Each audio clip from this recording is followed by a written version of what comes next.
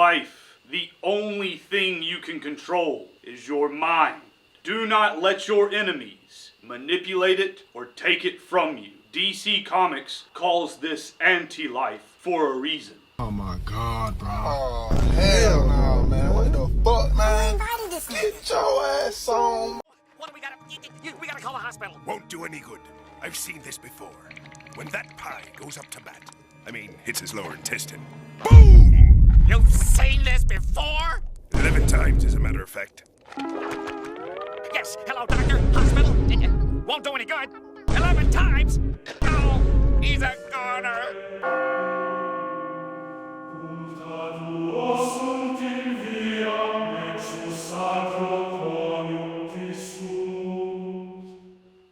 Truthfully, I have no desire to speak on this topic at all or give this movie the slightest bit of attention. But Supergirl comes out this weekend and I found a new angle that nobody has really discussed, so I felt compelled to weigh in. However, the reason I don't feel like commenting on this is because I've seen this before. 11 times, as a matter of fact. This will be DC Comics' 12th flop since letting Zack Snyder go completely. But it's not even about him. It's not about this fandom war or whatever you want to call it, because it's bigger than that. There's more to it. There's more at stake. Because you ask yourself, this is DC's 12th flop. That's not a sustainable business model. They are not making what their customers want to pay for, clearly. So then why would they be doing this? Why would they constantly push this garbage that nobody wants to see? Even the people who claim to be fans of the past 11 flops didn't go see it themselves. So why do they push this garbage? Why do they push this nonsense?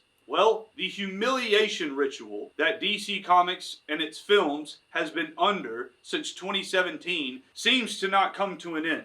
Since we strayed away from the magnificence of Man of Steel and the brilliance of BVS, every character, every hero has been degraded and humiliated in one way or another. Whether it's that catastrophe of a Flash movie, or Aquaman drunkenly falling into a puddle, or the disaster that was Wonder Woman 84, it's almost like they're intentionally mocking the mythology. Now, why would they do that? Why would they intentionally take what is essentially the American pantheon of DC characters and the gods that occupy that world and humiliate them and ridicule them and make these horrible movies that no one wants to see? It's to devalue the myth, because when they devalue the myth, they devalue you. Because they're trying to control your perception. They're trying to control what you think. The point is not to let them. How will they do this, though? First off, you have to consider that the top goes very high.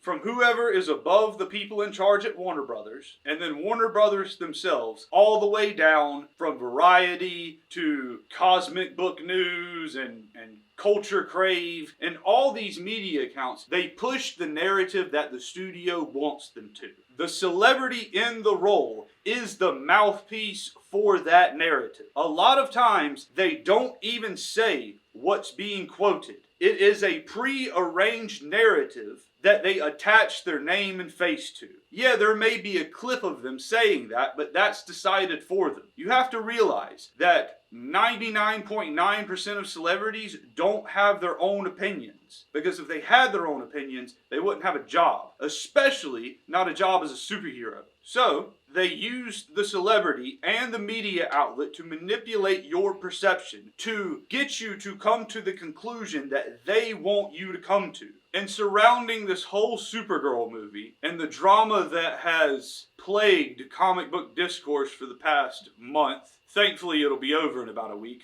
but it seems the most triggering piece of media this entire time was the article released by all those various media outlets talking about specifically how Christian dads are to blame for the descent and whatever negative perception of the movie there may be. However, you must be weary of their terminology. They are using Christian dads as a euphemism simply for white men, because that's exactly who comes to mind when you hear that term, no matter who you are. And so, What the reason they do that is because those articles, those media outlets, Warner Brothers, and however high the top goes, they are manipulating people's desire for in-group approval. And so, if you have anything negative to say about the film at all, no matter how much they degrade feminine virtues by making the super version of girl into a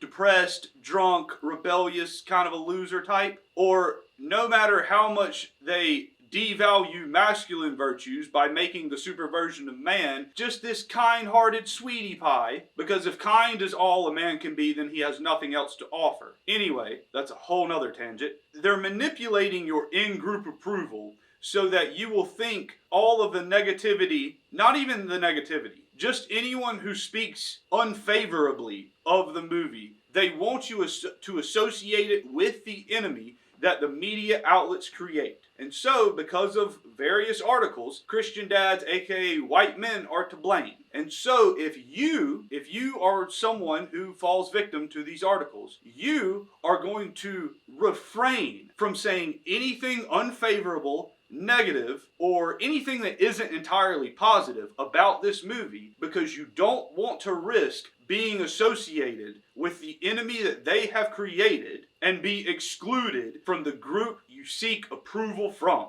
In turn, the in-group that they have created, who wouldn't dare say anything not completely positive about the movie, will then blame any sort of negativity or unfavorableness towards the movie on that enemy, on that out-group. However, this always backfires because it's just not enough. Because you need that demographic in order to buy movie tickets, in order to pay for the movie. You need those Christian dads, you need those white men to take their daughters and their wives and their sisters and their family members to see the movie. That type of demographic is imperative to the movie's success. So somehow they have not learned their lesson after all this time and are going to repeat it a 12th time. When this movie flops next week, come back and watch this. I promise this is a flawless prediction. Trust me, I've seen this before. 11 times as a matter of fact.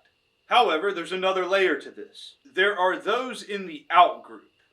There are those who fit the description of the enemy that the media has created that thinks that they will gain favor and that they will gain in-group likability if they debase themselves and then vilify the own group that they are naturally a part of. So that's how powerful these media outlets can be. This is what people refer to as the Matrix. The media, the celebrities, the entire network of it, manipulating your perception and your thoughts. Let me give you a prime example. Ex-user @JoeRusso tweets, post a picture of some of the marketing material from Supergirl. And in his exact words, he says, "On behalf of all men, I'd like to apologize to Millie for my gender being the absolute worst to her. Sounds like you're super in this movie, girl. Can't wait." Brother.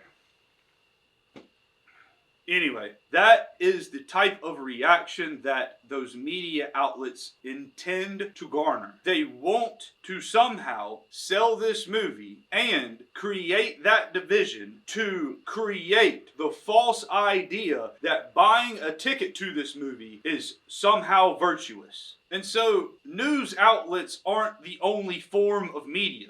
It's the movie itself as well. And I mentioned a minute ago how they turned Supergirl into this depressed, drunk loser, just down on her luck. Yeah, her planet blew up. Yeah, I know the story. But it's the portrayal of her. It's the portrayal of her that diminishes feminine virtue that the super version of girl should uphold. However, it's par for the course. Because this is exactly what they've done with this continuity Superman, if you can call him that. They've turned him into this docile, nice guy pushover, and then Supergirl into a depressed, rebellious loser. This is gasoline and fire. Like, this mixture doesn't create a virtuous outcome in any possibility. In any timeline, do people walk away from this movie feeling uplifted? You can say I'm judging a book by its cover, but that's what the cover is there for. And while I'm on that point, if anybody ever tries to tell you that to not judge a book by its cover, all they're really saying is it might not be as bad as it looks. But I'd say about 99% of the time, if something looks bad, guess what? It's probably bad. But what do I know? I fit the description of this movie's enemies exactly. So any negativity or unfavorableness from me is some vile form of misogyny that's supposed to be dismissed and brushed off. Even though throughout this entire video I have portrayed the media as the perpetrator. Not Millie, not Supergirl the character, not women. It's the media. They are the ones that manipulate your thoughts. They are the ones that want to take control of your mind, to lead you to dark side. The same reason that DC Comics calls it anti-life. When they remove your thoughts, they replace them with their own. So if you're excited for this movie, then I'm excited for you. Go to the theater, have fun. I'm sure it'll be packed. Thank you, and good night.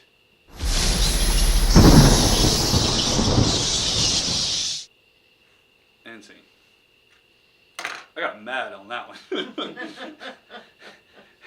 The last week of talk about this has just been agonizing. Like, you heard that tweet I read. Like a grown man said that. Yeah. Bro, what? And it's exactly what I just said. It's all this like weak attempt to appeal to somebody so you don't get called all the bad words, you know? Yeah. And it's like, bro, like, Stand up for yourself. yeah, grow a spine, like, come on. And so, but seriously, they have done this 11 times. All I would have to do is replace Supergirl with whichever one of those 11 movies that have flopped tremendously, and it would be basically the same thing. They've done this every time. It's the best movie since The Dark Knight in 2008, or this is a step in the right direction, or just some sort of nonsensical slogan that's supposed to somehow trick you into thinking this horrible movie's good. So it's just crazy to see. People are buying into it. Exactly, that's exactly what I was about to say. It's crazy to see people still fall for it. But I do think the tide is turning, and we'll return to proper DC sometime soon.